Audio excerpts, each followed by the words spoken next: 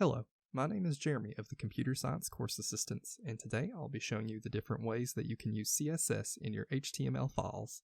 So you'll see here on the side that we have 3 examples: inline, internal, and external CSS. So let's go ahead and begin with the inline. So you'll see in our heading 1 we have style equals color red.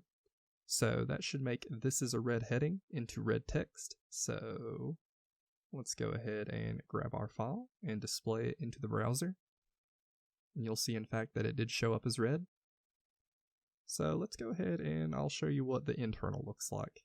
So with our head tag, we have a new tag called style, and that's where we'll put all of our CSS code. So for the background body, we'll have powder blue. For our heading, we'll have red, and then for our paragraph, we'll have blue. So let's go ahead and grab this and throw it in there. And you'll see, in fact, it did show up as all that. And lastly, let's go ahead and I'll show you external CSS. And now in the head tag, we have a link that is pointing towards our style sheet, style.css, which we have right here on our desktop. So go ahead and open that, and you'll see it's more or less the same as the internal, but in a separate file.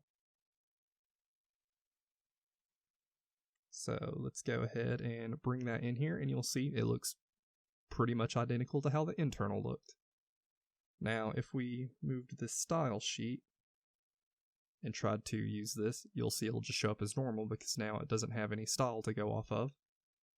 Let's go ahead and bring that back and reload, and you'll see it pops right back up.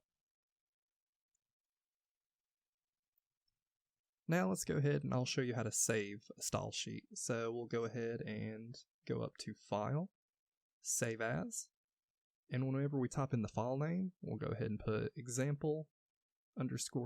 Make sure that you put the .css to make sure it's a CSS file. And you'll see that it showed up on our desktop right down there. And so now if we rename the linked one to example style, it should stay the same.